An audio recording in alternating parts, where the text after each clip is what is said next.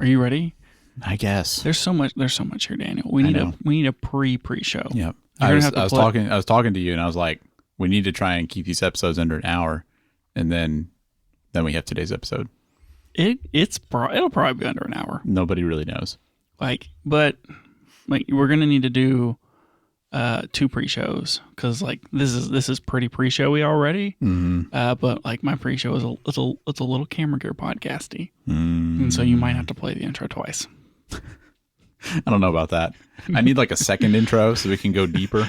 Yeah. It's just one podcast level deeper. Yep. It's like our version of Inception. Yeah, exactly. I'm gonna move my drink to the other side. It's also like opening and closing parentheses in programming, where if for the number of times we play the intro, we also have to play the outro. Yep. So we would have to have this inner podcast that starts and ends. Maybe we should do that, and then our second outro can be us talking about the Vision Pro. Oh, there you go. Perfect. Yeah, perfect. It's just this show would be so long. Take me 3 weeks to edit. All right, this is where we play the first intro. Do do do do do. All right. I kind of mentioned this in the previous episode, but the episode before that, we were talking about something, and I don't even remember what. But as a result, I put on my list, I think we were talking about that Canon lens. We're like, oh, this is a Canon zoom that's 150 to 800. And it's 200 to 800. 200 to 800. And it's the longest zoom or something that you can buy right now. Yeah. And obviously, I was like, well, what's the longest lens I can buy right now for a modern camera mount, mirrorless? And it's a Canon lens. Shocker. It's still not a Nikon. Canon out here is making all these crazy lenses. And you can go out there and you can buy a Canon 1200 millimeter f8 for RF mount. It's a long reach. You know how much of this thing is going to set you back? I have no idea. I'm scared to ask. All right. I'm going to list a few things and see if you can, we're going to over under it. Okay. Do you think it costs more or less than a Ducati? I have no idea how much those cost. What is that? Probably like $8,000 or $9,000. Probably something like that. Actually, I should have picked a Vision Pro first. Yeah. More or less than a Vision Pro. I think it's more than a Vision Pro and less than a Ducati. It's actually more than both of those. Oh my gosh. More or less than a RED V-Raptor, not the new one. Oh, come on. It's got to be less than that. Those are $17,000. I'm shaking my head no right now. Very dramatically. All right. How much does this thing cost? Come on. It's like $20,000. That's ridiculous. Who's buying that? I don't know, man. People who need 1200 millimeters at full frame. Apparently. Okay.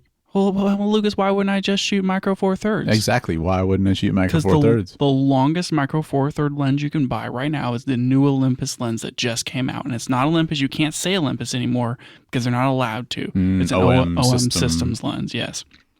Which is actually just a remounted Sigma 150 to 600. It's almost exactly the same lens. It's heavy. It's the base. It's a 14-pound full frame lens, but for micro four thirds. But it's still the longest micro four third lens you can buy, and that's 1200 millimeters equivalent. Equivalent. Yeah, effectively. So it's not even longer, Daniel. I mean, I would have to imagine that the weight and size are pretty drastically different between them. Not even. This 1200 millimeter is impressively 7.4 pounds. And you can put it on the 2X teleconverter. That 7.4 pounds is less. It's close to a third of the weight of that Edelkrone tripod we talked about last week. Sure, true.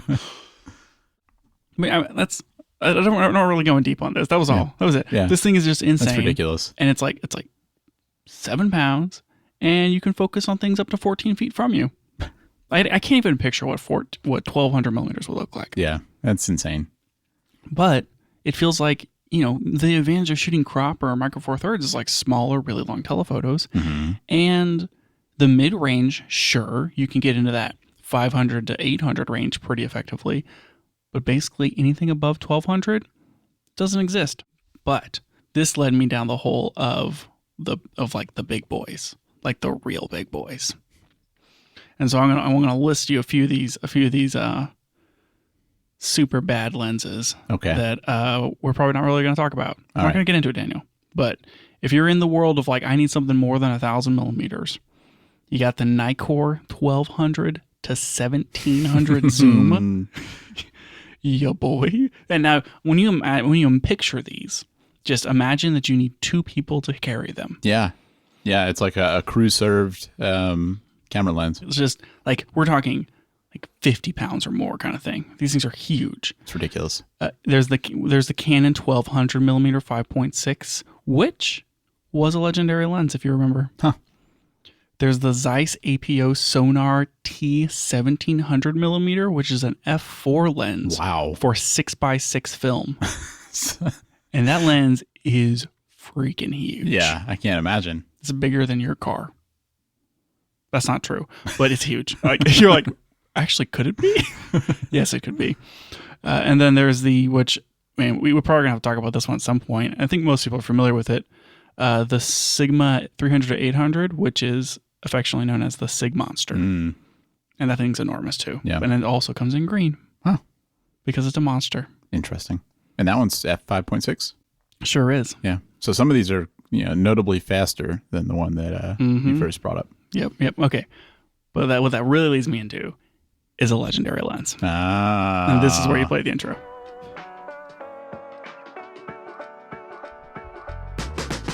Welcome back to the Camera Gear Podcast. I'm Daniel. And I'm Lucas. And we're here today to talk about the gear, software, and techniques we use to shoot photos and video. Actually, I have a name for this one this time. You've named it. What is it? It's the I always name these segments, Daniel. Yeah, but usually you're coming up with it after you've already talked about it. Special order, I'll take 2. Nothing? It's so good. If you say so. Okay. I'm talking about the Leica APO TLYR.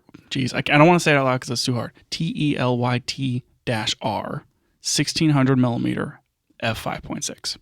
1600 millimeter. So that's why you ended up on this from our previous discussion. Oh, for sure. Yeah. But obviously, maybe not as impressive as that Zeiss 1700 millimeter. I mean, or the Nikkor. It's pretty close. And it says Leica. But it is very fast at 5.6. And this lens is regarded by some as the most expensive lens ever made. Oh, wow. There were 2 of them. And they're both prototypes or whatever. But the reason this lens exists is because it was special ordered by the Minister of Qatar in 2006. So that's not that long ago. No. Wow. But he was like, can you guys make me this lens? Is he a photographer? I guess so. Yeah, and I'm not going to pronounce his name either. I wrote it here in the show notes. No, that'd be a real bad idea. But to be said, special order by the Minister of Qatar. How much do you think this lens cost? I mean, 2006 wasn't that long ago, so inflation hasn't been that crazy since then. I don't know. I mean, and we've had some pretty expensive lenses on this show. We sure have. Yeah. All of which have claimed to be the most expensive lens. Oh, yeah, obviously. I mean, $210,000? Daniel, you think too small. This is over the GDP of some countries. Probably not. Those would be really small countries. It's $2 million is supposedly how much this lens cost. So he and there's 2 of them. So did he maybe buy they both? kept one, he took one, or okay. maybe he bought 2 for $2 million. I don't know exactly. Yeah. But what I understand is a it's lot of money. $2 million, and it's this Leica 1600 millimeter f5.6. That is a lot of money. It probably only cost $1 million, and then they put Leica on it, then they had to double the price. Yeah, that's pretty much how that works. Yep. This thing is 132 pounds. I mean, at that point, you're absolutely using it on a tripod, and that's when you need your camera squire to carry your gear around for you. Multiple camera squires. It has handles on it, and it's this all metal construction, and so they both grab it by the handles to lift this thing.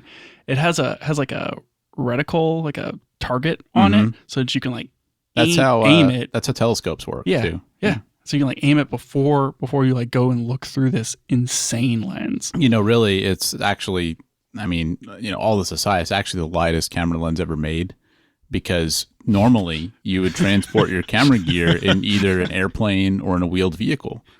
And it's very easy to transport stuff that way. And then once you have it on the tripod, it effectively doesn't weigh anything. Right, because you're not holding it. Yeah. So, I mean, it's pretty much the lightest lens. Yep, that's how logic works. Thanks, Edelkrone. Yep. Just still funny. Anyway, this thing is just absolutely insane.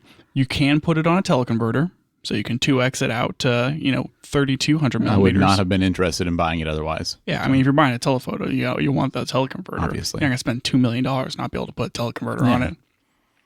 What is this? Okay, we talked about how many. We talked about teleconverter. This thing has the barrel of this thing is like 420 millimeters. And so I don't think it has a filter thread on it, but we're just going to go ahead and say that it's a 420 filter thread. I like it. Yeah. And it's about 4 feet long.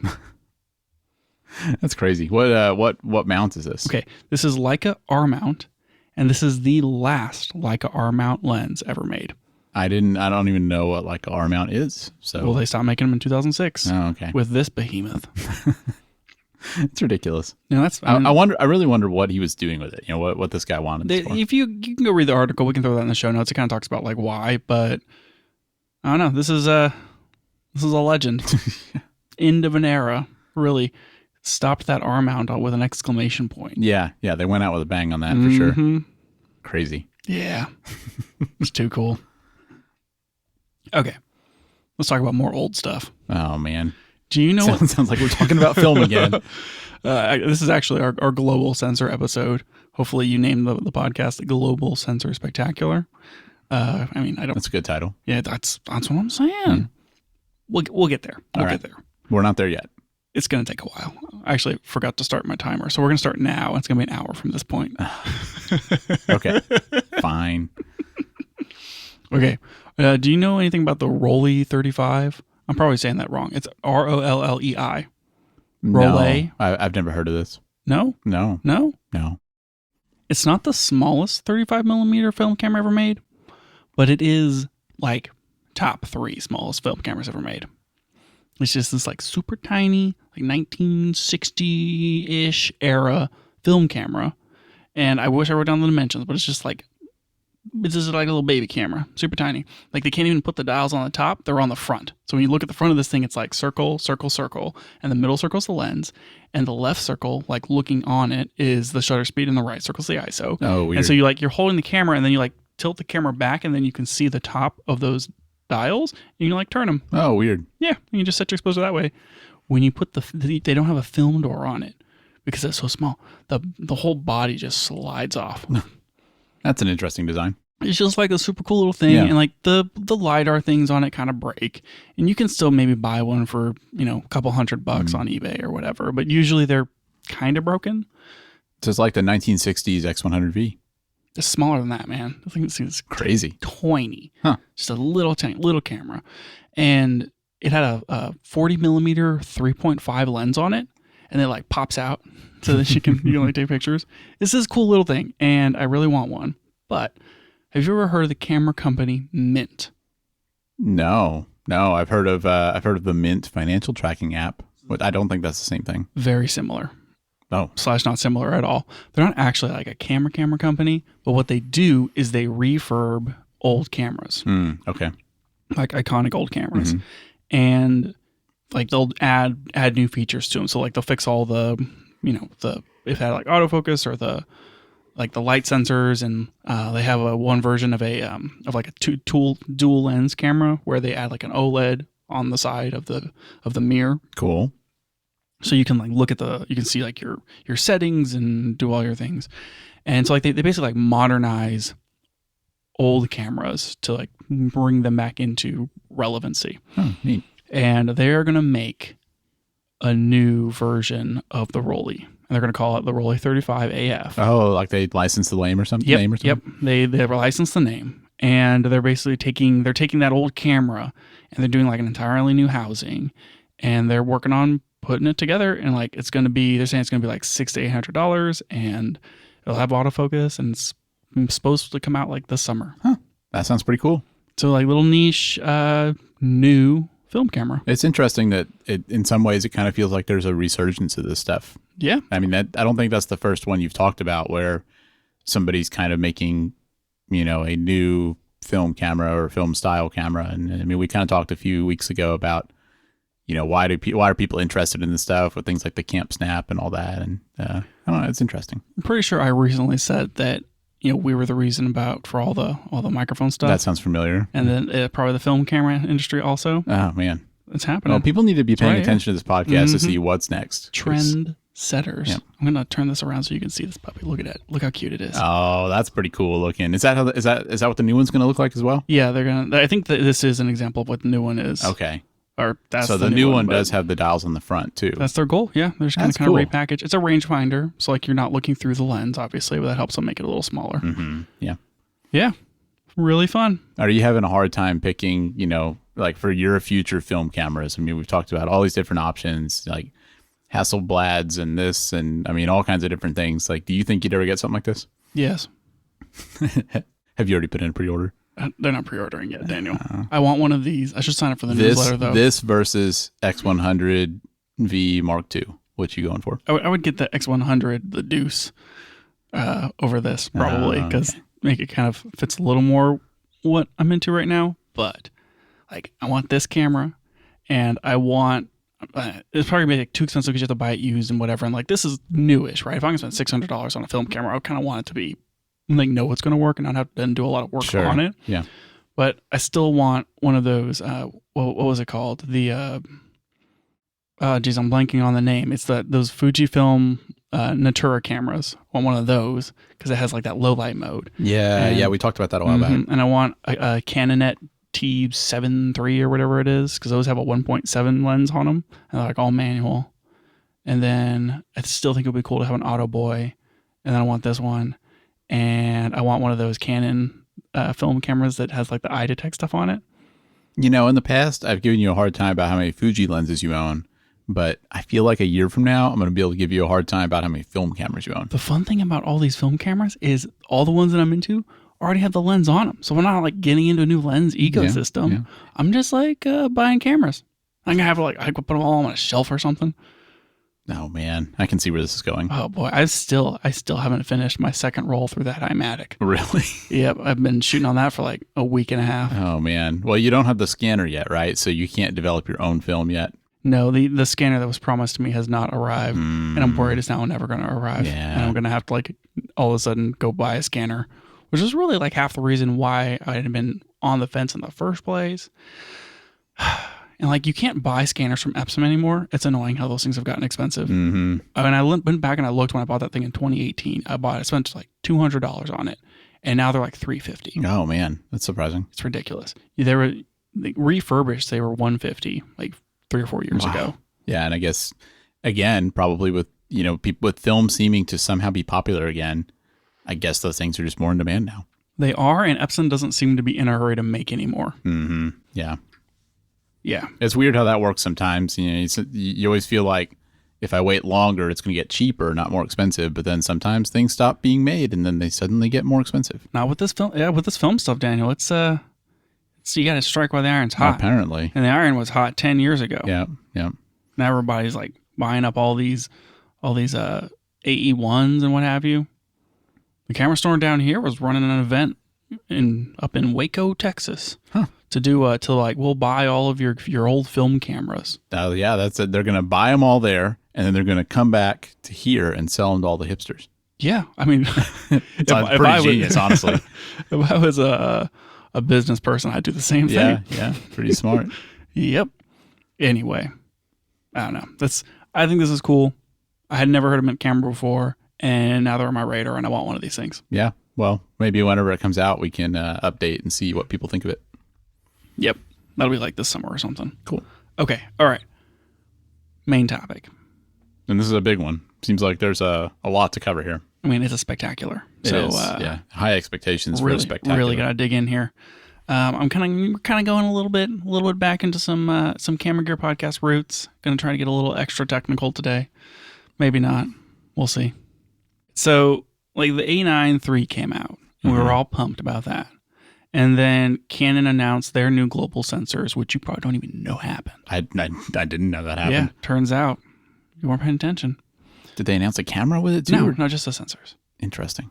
It was like a CES thing. Oh, okay. So that's pretty recent then. Yeah, it was like January 2nd or something.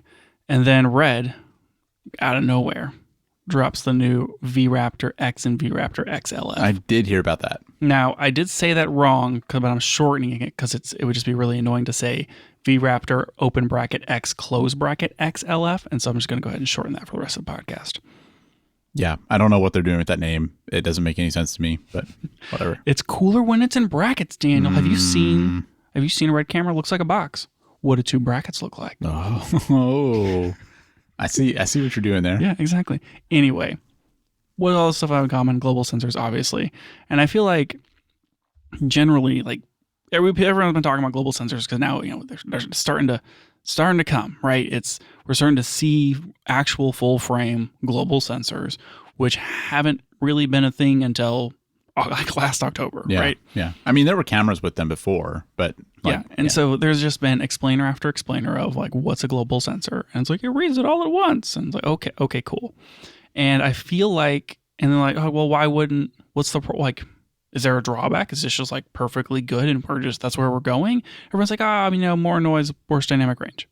And that is like the surface level of global sensors. Yeah. And whenever you try to like dig deep and find out like, okay, well, like, but why? Like, why is the noise worse? Like, what's going on here that is it like a different type of technology? Like, how is it that much different than CMOS on like a rolling sensor that it's going to, like, what makes it have worse noise? And, like, is it that much more complicated? Like, what's going on kind of on like a sensor technology level? And I feel like people don't really care about sensor technology as much as I care about sensor technology. I think that's probably true. And so it's like, if you want to know, how many like circuits are in a RAM chip on an iPhone or something, like somebody knows. They're like, oh yeah, we counted them one by one. There's a billion. It took me a while, but I figured it out. Camera sensors, nope. Yeah. Like it's just like, I don't even think it's well-guarded secrets. I think people just don't care. Yeah, I mean, most people are going to care more about the impact of it, and that's why we all know global sensors doesn't have rolling shutter, and that it's probably going to have worse noise. And those are just kind of rules of thumb or like, observed characteristics that we all know, and that's all most people need to care about because most people aren't you. Do you know why, like what is different in a global sensor that makes it so that you can read it out all at once? I don't. I'm curious. Okay, so like whenever you have a sensor, CMOS, CCD is actually more similar to global sensors than CMOS. It turns out, as far as like how fast they read, they were just really noisy, and so like maybe that's the answer. We should all just go back to CCD sensors. Anyway, so for like a normal rolling shutter CMOS sensor, you activate the sensor, and then the shutter drops, and then the back shutter drops right behind it. So it's like an opening that kind of moves across the sensor to drop the light in. And it's like you have a bunch of buckets that you just fill with light. And then one by one, row by row, the sensor will read each of those lines and dump the information off of the sensor. And so what's different about a global shutter is that each of those pixels has a capacitor. And so instead of it like pouring in and then reading each line, zoom, zoom, zoom, zoom, zoom, zoom, because it can't really store that information, the capacitors then store it. So what happens is it drops the shutter, collects all the light onto the sensor, and then it reads it out line by line. Okay. So, I mean, like we could kind of simplify that by saying that it's almost like because the individual pixels on the sensor, I think, are called photosites, maybe. Right. I mean, you could basically say it's as though each of those photosites has like a tiny little bit of memory. Yep. And it can remember how much light hit it. And then that way, whenever the rest of the system gets around to reading it, it's like, oh yeah, I remember, 5 milliseconds ago or whatever, this is how much light there was. Yeah, exactly. Except it's doing it with a capacitor, not with like any sort of whatever, because we're at that level. Yeah, of it's like, lower level electrical stuff. So. Yeah, it's trying to get it into memory. So that's the whole idea. And so you're adding these more complex components. And if you remember, we talked about like dual pixel AF forever ago. And it was like, some people were worried that dual pixel autofocus would have like worse noise performance because you're splitting every pixel in half and you have smaller pixels now. Right. It's kind of the same deal with global sensors. Is like you only have so much space in front and behind these sensors, and they're so small that it's like you got to fit that capacitor in there somewhere, and as a result, maybe your photosites aren't as big as they could have been if they were like a rolling shutter type. Sure. So smaller sensors, less light gathering, more noise. There you go. Mm-hmm. And so that's sense. part of it. And then the other part is like how quick it reads, right? And then like how much you can store. And so you start running into the limits of like the electronics themselves, as like how much light can I actually store in this like how much electricity can I store in this capacitor, and how does that relate to like how I'm interpreting the light? Like if you think of, I mean, once you get to the chip side, right? You're like, okay, here's 16 bits of data or whatever, and it's like one bit is one stop, and like all the way up to 16 stops, and you're kind of like mathematically, okay, the smallest number is the darkest, and the biggest number is the brightest. Well, the capacitor can only hold like so much like electrical information as far as linearly deciding that gradient. Yeah. And so it's like you're kind of limited by the like what those capacitors can do, and then how long those sensors are exposed, and like the noise and the size. And so it's like all of those things combined just make it that much more complicated, and as a result, it's just that much more noisy. Interesting.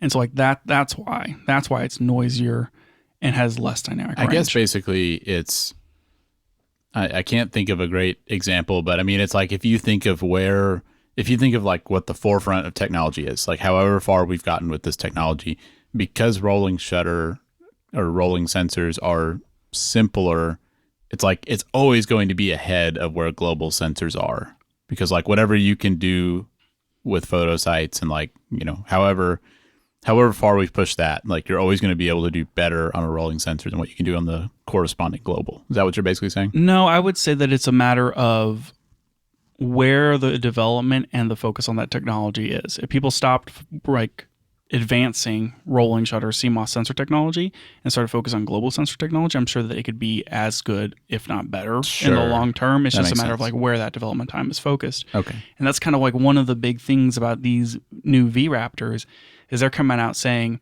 you lose no image quality and you lose no dynamic range with these new sensors. It's a pure benefit over our previous sensors. I wonder, is that a believable claim?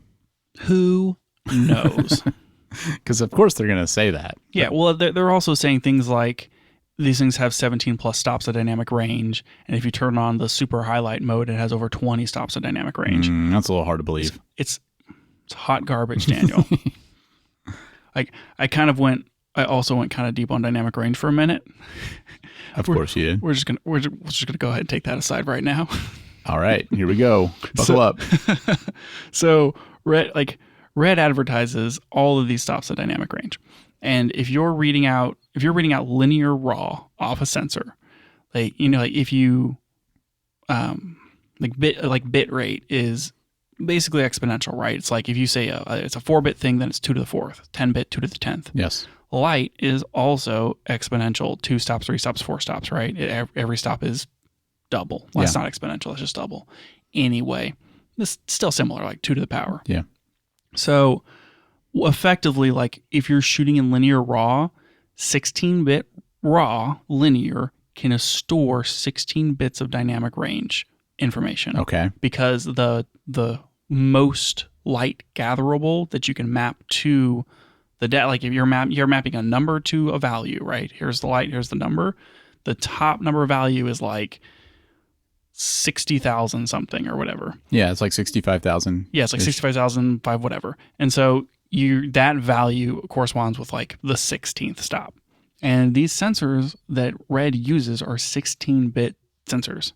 So they can physically read 16 stops of dynamic range. Interesting. Period. So when we say 16 bits, because there's more to light than just how bright it is. It's also like, is it blue, is it green, sure, etc. So is that 16 bits per pixel or per sub? I guess it'd be per subpixel. We're talking about comparatively the sensitivity of the photo site on the sensor, and how many, like what is the range of that photo site from the darkest to the brightest. And a photo site will generally be either red, green, or blue. Right. Okay. And where this gets weird though is that like you can interpret dynamic range in a lot of different ways. This is like purely mathematically 16 and you're done. And then your camera is going to be like, if you have a 16-bit sensor, maybe you get 12 and a half or 13. You're not going to get 16. Right.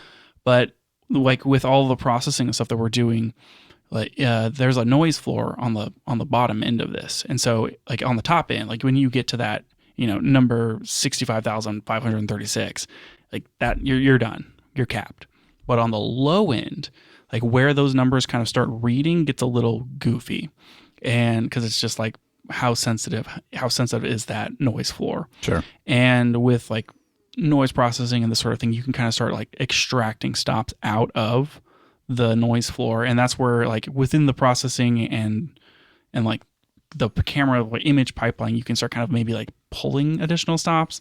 And so it's like, how are we interpreting it as far as what is an actual like stop at dynamic range? And like if you look at the scene, something that has like a really, really bright spot in it and then a dark spot may have less dynamic range than something that has a lot of like refracted lighting. That's interesting. But it really has like more range to it because it's like the different, like how direct the light kind of impacts how you're reading the dynamic range. Huh. Okay. So it's like whenever you start really, really getting into it, it's just all fuzzy. Yeah. And so you have these camera companies that are like pulling more stops out of the shadows and like doing more image processing on their end to kind of like, if you have this 16 stop sensor and you push it up brighter so that you can increase your top end, and then you just start pulling stops out of the low end in order to kind of like make more stops almost. And then you maybe like the scene impacts it and it's like all this stuff so that they can then claim like we have 20 stops of dynamic range off of a 16 stop sensor. Well, and we also know that it also depends how much noise reduction you're willing to do because, it's like, are you talking just like pure stops or is this usable stops? I mean, there's so much tricky stuff that can happen in that marketing. It's frustrating because like pure, like if we're talking like just pure specs, it's 16 and that's it. It's like stop with all the marketing garbage. But like realistically with like the footage and like what are you exporting to, there's like so many different things along that line of how many stops of dynamic range does this actually have that camera companies can basically say whatever they want and they don't have to back it up. I feel like when I buy cameras or when I'm looking at a new camera, I don't even really care about that number. I mean, I care in terms of things like knowing that the XH2S gives you more dynamic range if you're shooting, in certain modes. Like that's useful information. But like I guess with that Vlog 2, you get the extra, whatever it is. But 14-bit readout. Yeah, but I mean, it seems like it's so fake and it's so easily manipulated for marketing material that I just care more about how it looks rather than, oh, this one's X number of stops of dynamic range, because it just doesn't ever seem like that actually like translates to anything in reality to where it's like, oh yeah, this one has a lot of dynamic range and I can see that and I benefit from that. Like maybe that's true, but it's not just from that number. I mean, it matters to me a lot, especially with non-raw footage of like if you're shooting something and like you mess up and having that room to make those corrections and to pull those highlights back or bring up those shadows, it can help so much in your workflow. And like if you're working with just a really constrained dynamic range on capture, you have to be so much more careful. Well, but I agree with you that like the effects matter. But I mean, are you really looking at that marketing material and trusting what it says? Oh, absolutely not. I think that like when I'm looking at the marketing material, the things that really stand out to me are like, what is the actual bit rate of the sensor? And then maybe like, how does it perform on like a Xyla test or something in like a practical dynamic range test that's repeatable? And then are they doing anything goofy to like juice the numbers? Yeah. Because that gets really annoying. Yep. But like most cameras, like Sony has, I think a lot of their sensors, like they're really good modern sensors for 16-bit, but basically most like photo cameras that are full frame are like 14-bit. Yeah. Yep. And when they shoot video, they shoot it at 12-bit.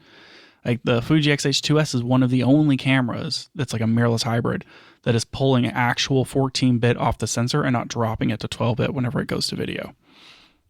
And then that's just super interesting. But then the RE35 has an 18-bit sensor readout, which is nuts. And so like even the Reds over here claiming 20 stops of dynamic range on these new V-Raptor X's, I think that the RE35, which is the Super 35 camera, is still probably going to have more dynamic range. Because it just has more data available. It's 18 bits instead of 16 bits. Right. It's going to have more of like a cleaner top end. Mm-hmm. But like to your point though, it's like the actual dynamic range of like you're going to view this on a screen, and like the output of like whatever the final delivery is going to be, unless you're like delivering an HDR, like the dynamic range doesn't matter so much there. And if you go look at like the what was it, season 2 of what was that HBO show with all the kids that they shot on film? I don't have a clue. Euphoria.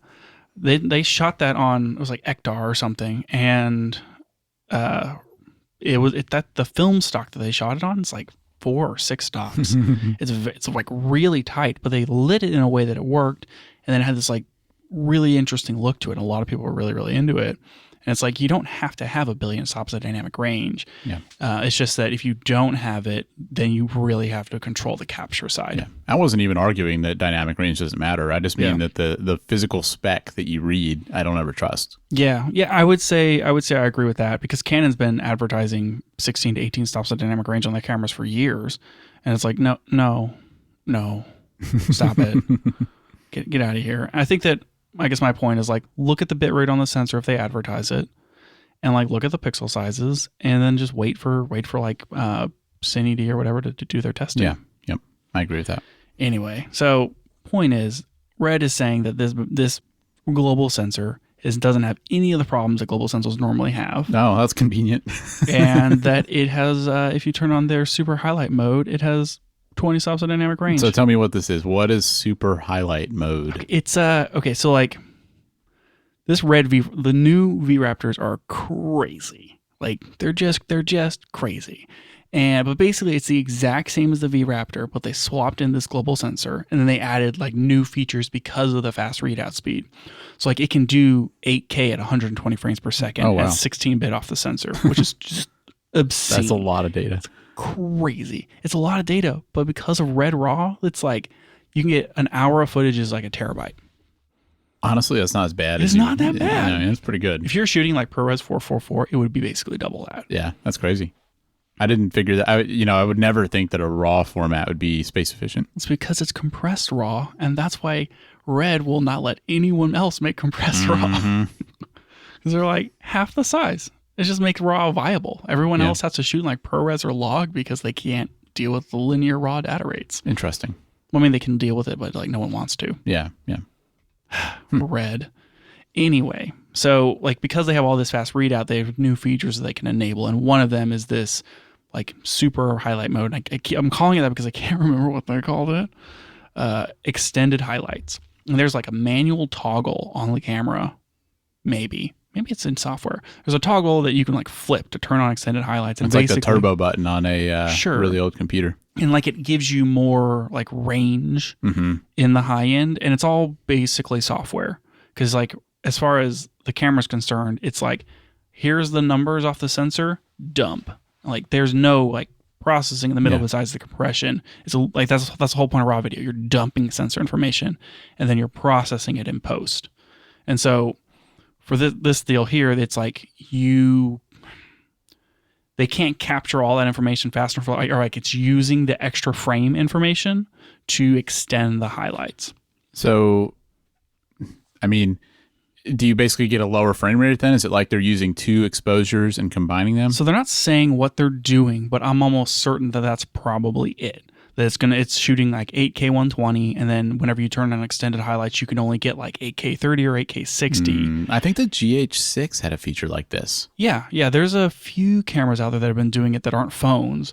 Yeah. Like GH6 had the that dynamic range boost. Yeah, where it's like, I mean, basically it's like using a dual native ISO or something, where it's like you take one frame dark and then another frame light, and then you combine them. Yeah, exactly. It's like we talked about like this is a 16-bit like readout of dynamic range. Well, you could change your ISO and shift that up a little bit, capture, shift it down a little bit and capture, and then now you have like a 32 bits of dynamic range or something silly. Sure. Like it's never really that much because the noise would be insane, but like you might move it a stop or two. And I think that's what they're doing. It sounds like it must be. Sort of, because you can do this in post. You can shoot regular, take all the data off the sensor that you captured and recorded, and then in your NLE, you can flip the switch to turn on highlight boost. And it's because it's the process. It doesn't matter where the processing happens. You just need the data. So it's cool. You can do it after the fact. But you do take an impact on your frame rate. Yeah, interesting. Yeah. So I mean, definitely not the same as saying in all conditions you get more dynamic range, but at least they have some way to do it. Yeah, definitely. It's super duper cool, and it's like enabled because of all the readout speed off the global sensor. It can just read so stinking fast. Well, I guess like, I don't know if it's reading fast or not. I mean, it's probably like a stack sensor, and it enables them to go faster because they're doing like, they don't have to worry about the rolling shutter. Yeah. I can see how that would make the combining of the frames easier. Yeah.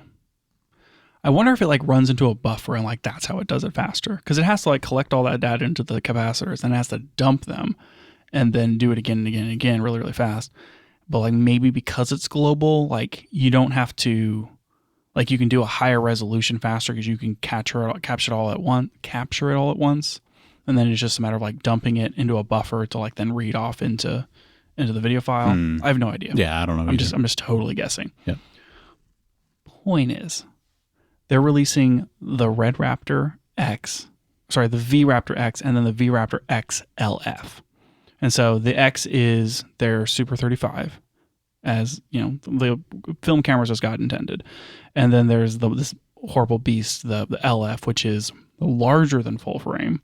But it's basically full frame. It's a 21.6 by 40.9, so basically like 21.5 by 41. Just wider, right? A normal full frame is 36 by 24. So you get 4 millimeters this way, you lose a bit of height, but it's more of a wider aspect ratio. So both of them global, and both of them you can shoot 8K 120. Pretty cool. Yeah, and what they're doing the whole RED upgrade program again. And so which I think I saw that they did that in the past and like lost money on everyone they did, and they're like, we're just going to try this again and see if we can do it. Yeah, they've mentioned it because like we've talked about this from RED before, where they came out with the Komodo as a crash cam, saw people were using it for A cams, and said, okay, well, like let's just make it good and give people a cheap, and like they met the customers where they were, and it's the same thing here. They know that all these people spent $20,000 or more on a V-Raptor, and now like they want this global sensor.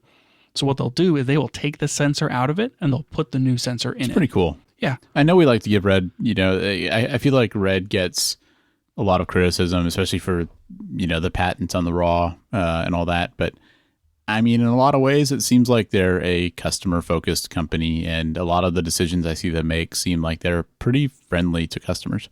Yeah, definitely. I think that when RED got their start, it was like an upstart, scrappy company that's like, we're going to make these cheap cinema cameras that are absolutely crazy and like do all the cool digital stuff. And that's still kind of the case. I think that ARRI still takes the cake on like, this is, more polished and higher dynamic range. But I mean, if you're looking for a global sensor and you're looking for a full frame, it's this, and it's the A7 III. You mean the A9iii III? Thank you. The A9iii III. Yeah. That's interesting too. We knew it was unique that the A9iii III had a global sensor in terms of hybrid mirrorless, but I didn't realize it was one of the only full frame global sensors. Yeah, there isn't one. There's other like global cinema stuff, but full frame, that's it. Yeah. And so it makes you wonder, where is RED getting this sensor? It does. Because is it a separate, are they using the Sony sensor? Is it something different? I don't know. Maybe they're using that Canon sensor. Could be. They do like Canon. They do put RF on everything. And this did just come out right after Canon announced that global sensor. True, but that global sensor is actually like totally different than this one. So It's definitely not that. But they say that they design their sensors in-house. But like I know that way back with the Monstro, they like bought that sensor. And so it's like unclear if they design them and someone else manufactures them, or if they're like those are two very different certain technologies, those are very different things. Manufacturing something like that and designing it are very different. Well, I'm sure TSMC makes all of them or something. Maybe so. Yeah. It's pretty crazy that they can come out and say like the image quality is the same, which is like the thing that we've been talking about this whole time is like, well, you obviously like you're not necessarily going to go global because like here's the downsides. Mm-hmm. And I think that we're like right on the precipice of that not being the case anymore. Yeah, because there was some Gerald Undone did some tests with the A9iii III, and I know when you and I talked about it, we were thinking, this camera looks pretty cool, but we're just going to see how it performs and see how bad the noise was. And so it was interesting to see his test results on that. Yeah, a lot of the reviews for the A9iii III have been starting to hit, and it's like I think they said it's shipping in March or something. So it's like it was supposed to be very end of February. So I mean, we shouldn't be that far away at this point. It's basically coming out. Most people, all the reviewers have them in hands, that kind of thing. And base ISO 250, et cetera. The consensus seems to be that the level of noise off of the A9 III is pretty similar to APS-C camera. And so if you're like, what's the noise difference between APS-C and full frame? It's like basically a stop. And that's where you are here. And like I assume that it's the same reason that we talked about as far as like all the reasons why those might have more noise, like just that much less light. But I mean, if it's as much as like an APS-C camera, that's not bad. Well, and what I thought was interesting about his results was that it seemed like when he was looking at I don't want to say raw because it's not raw, but like when he was looking at the unchanged image off of like, let's say the A9 III versus like out of camera. Yeah. Whatever else he compared it against. I don't remember. I think he's comparing it to the A7 IV. Yeah, I thought it was an A7R4, but maybe it was an A7 IV. Whatever it was. It seemed like the one from the A9 III, it was noisier, but it also seemed like it was cleaner than the A7 IV. And so it made it seem like the A7 IV is doing some sort of noise reduction that you can't turn off. Yeah. And the A9 III was not doing that. And I think he then applied some noise reduction to the A9 III. And the image looked more like the A7 IV, both in the sense that, like it wasn't as clean, but it didn't have that noise. So it kind of made it seem to me like really the performance isn't that bad. And if you need it to not be noisy, you can apply noise reduction to it and basically get a pretty similar result to something like an A7 IV. Yeah, my takeaway was that the noise shouldn't be a reason why somebody shies away from the A9 III, probably just the price. Now, the other thing, though, was that everything I said is at like low ISOs. Yeah, so like what you're talking about is like if you compared an A9 III at ISO 250 to an A7 IV at ISO 250, the A9 III is equal, if not better. But the advantage of the A7 IV is it goes lower. But then if you go up and you start getting into like ISO 6400, ISO 3200, then there's an obvious noise difference. Yeah. And in those cases, the noise on the A9 III was not good. No. It's kind of like not really too usable above 3200 without some significant post-processing work. I mean, like a lot of the shooting you and I do where we're in dark environments, we're shooting 6400 on APS-C, you could imagine that being 3200 on full frame. Sure. Or even higher. Yeah, I wouldn't want the A9 III for that scenario. No, not necessarily. But I don't think that that's where you would be wanting to use it anyway. Yeah, well, I mean, for now, we're talking, the question has kind of been, are global sensors the future of photography? Sure. Is it always going to be niche, or is this just where everything's going? And 5 years from now, we're all going to be using global sensor cameras. I guess the jury's still out on that. It seems like right now it is like a tool for a certain job, not for every job. I think it's going to be quite the transition. I think that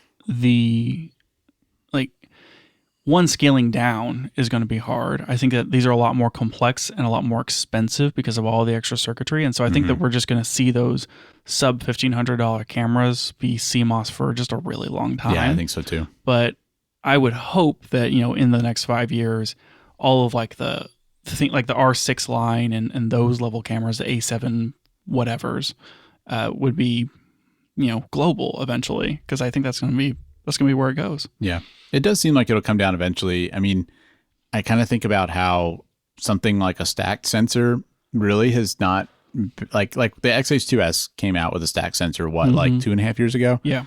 And we haven't seen that on anything else. Yeah, I thought that was going to be everything. Like everything was going to go stacked, and it seems like that's still expensive. And I assume that these global sensors are kind of like the same thing as far as like how you're arranging those pixels and that sort of stuff. It's not a 1-to-1. Like it's a different type it's a different technology. But that's kind of what I'm saying is that I do think we'll see it come to the rest of the lineup, and I do think we'll see the cost come down. But I think it might take longer than we might imagine.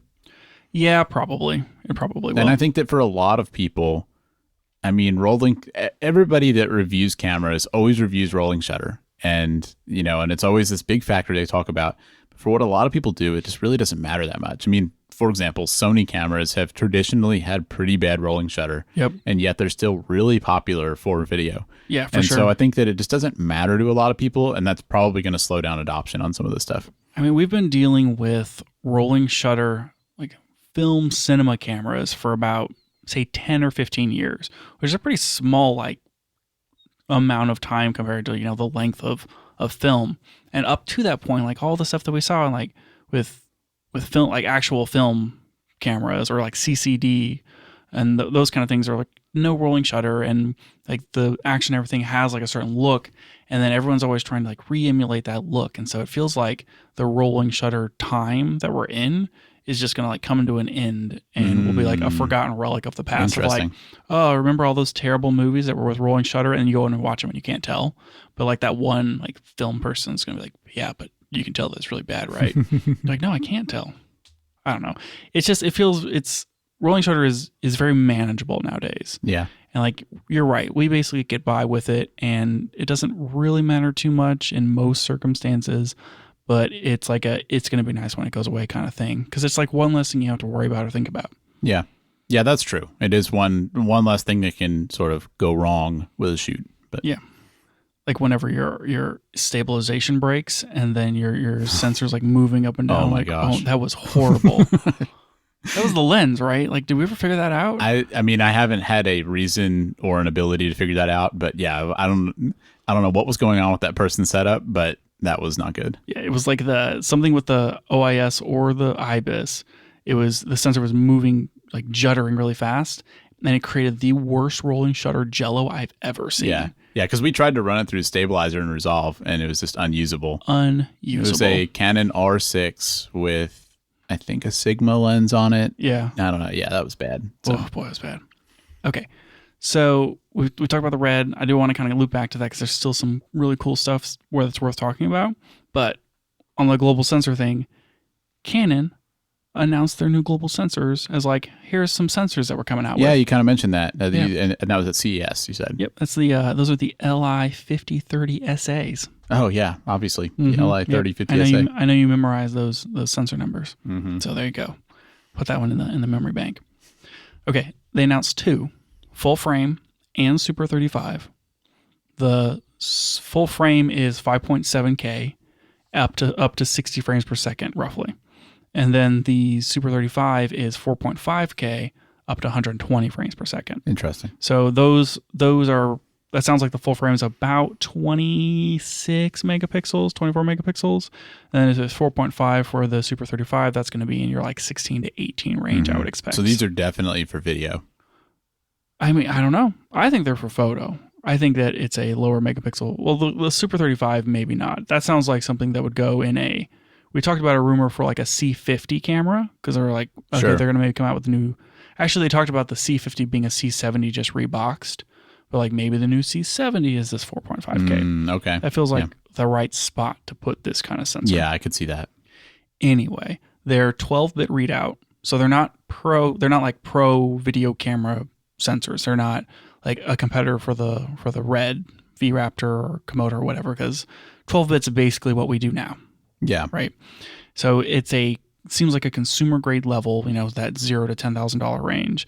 And they're touting 15 stops of exposure differential. So roughly 15 stops of dynamic range, which, as we previously discussed, if it does 12 stops, it can't do 15 stops of dynamic range. 12 bits can't do 15 stops. Yeah. Yeah. Yeah. Yeah. Kind of sounds like they're playing that marketing game. Yep. Anyway, if you said 15 stops of exposure, range, and a 12-bit readout, that is like right up the middle for basically every single hybrid mirrorless camera right now. I mean, this seems like Canon preparing to compete against the A9 III.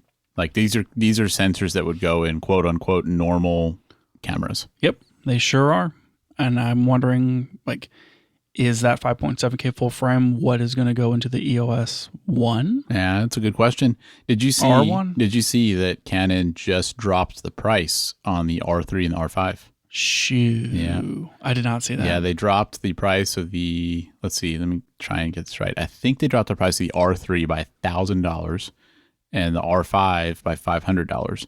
And when I say that's pretty that, good. that's not a deal. That's not like a short term, we're running a sale this month. That's like a permanent price drop on those cameras. Okay. And so people are wondering what the deal is. Like, is this Canon needing to compete, which maybe it is, or is it that they're preparing to release an R5 Mark II, R1, various things like that, and they just feel like let's lower the price of these other ones. So nobody it's knows. all coming, man. This is a big camera year. It's Olympics. It's 2024.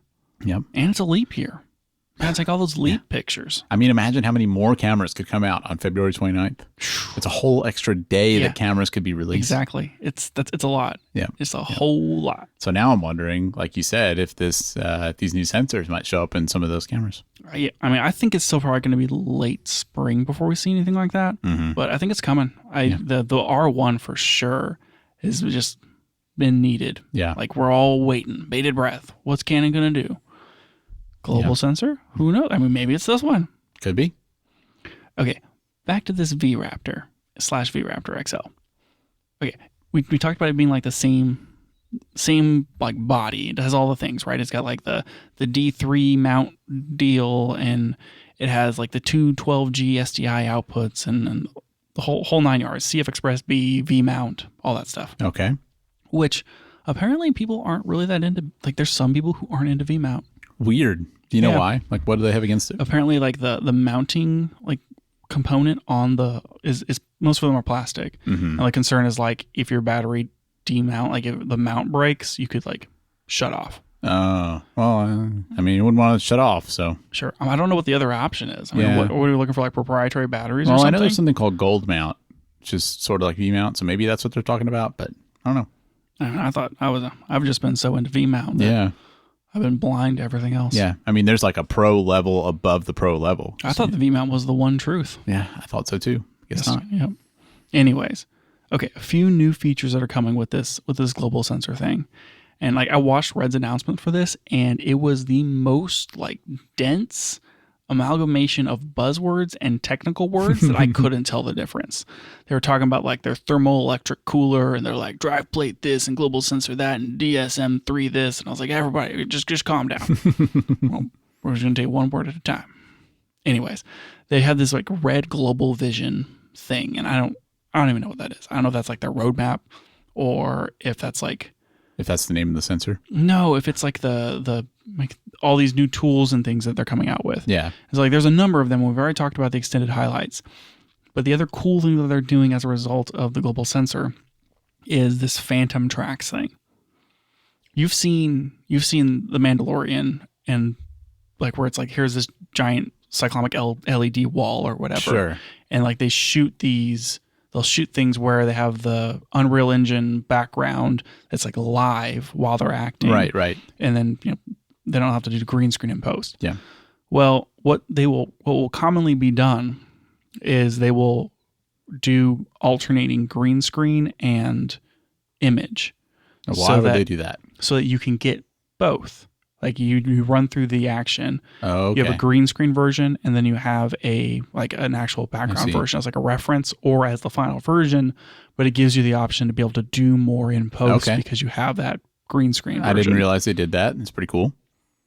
So one of the new features off of this is that you can set up that ghost track, which is the one with the green screen on it, to be off of the same camera.